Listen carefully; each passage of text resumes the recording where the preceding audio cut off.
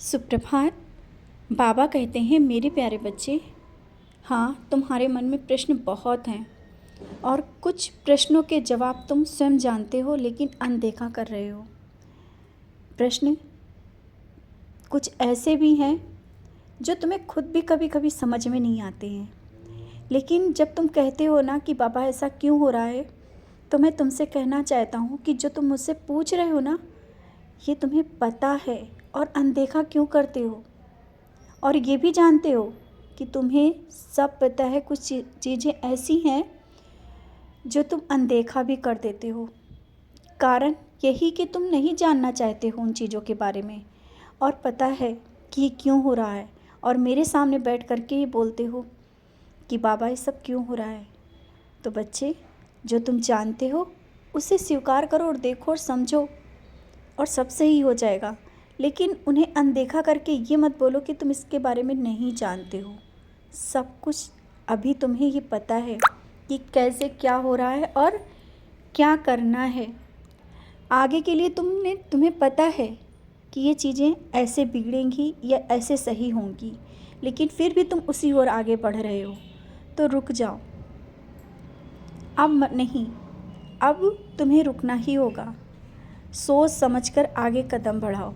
इस तरह से जानबूझ कर के उस तरफ जो कदम बढ़ा रहे हो वो सही नहीं है। और मेरे सामने बैठकर कहते हो तुम्हें पता नहीं कैसे क्या होगा।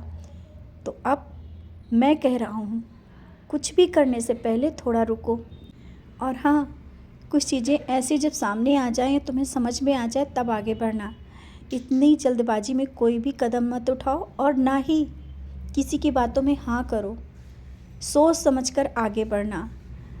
और हाँ, एक बात और कहना चाहता हूँ, तुम ये क्यों कहते हो कि तुम्हारी किस्मत या तुम्हारे भाग्य में बुरा ही क्यों हो रहा है, दूसरे के साथ अच्छा हो रहा है। दूसरे से क्यों अपनी तुलना करने लगते हो। सब अपने कर्मों के अनुसार मिलता है, ये तुम भली भांति जानते हो। और मैं तुम्हारा पिता हूँ। पिता किसी बच्चे को कम या ज़्यादा नहीं करता है कि उसको ज़्यादा दे और तुम्हें कम दे, ऐसा कभी हो नहीं सकता है। कुछ चीज़ें ऐसी होती हैं जो कर्मों के अनुसार ही मिलती हैं, और मैं तुम्हारे कर्मों को और अच्छा करने के लिए, भले ही आज तुम्हें लगता है कि कुछ चीज़ें बिगड़ रही हैं, लेकिन वो बिगड़ नहीं रही हैं, आगे के लिए सही हो रही हैं। तो थोड़ा धैर्य रखो, निश्चिंत हो जाओ, और सब चीज़ें समय के साथ सही हो जाएंगी।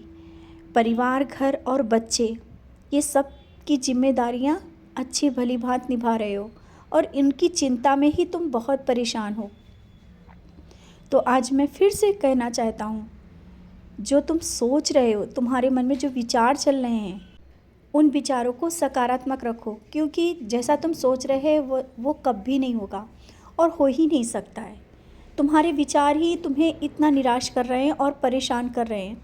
इस तरह से जिसके बारे में सोच रहे हो, रात भर जाग रहे हो, परेशान हो, वो सब चिंताएं हटा दो। धीरे धीरे सब चीज़ें सही हो जाएंगी, और मैं अपने तरीके से करूँगा। शायद तुम्हें वो चीज़ें समझ में भी नहीं आ रही हैं कि कब सही होंगी। और घर की बीमारियों से लेकर के जो तुम्हें बहुत चिड़चिड़ाहट सी हो रही है ना, परेशान हो, कभी कभी तो गुस्सा आ जाते हो, अनजाने में भी लोगों को कुछ ऐसी बातें कह देते हो जो तुम कहना नहीं चाहते हो।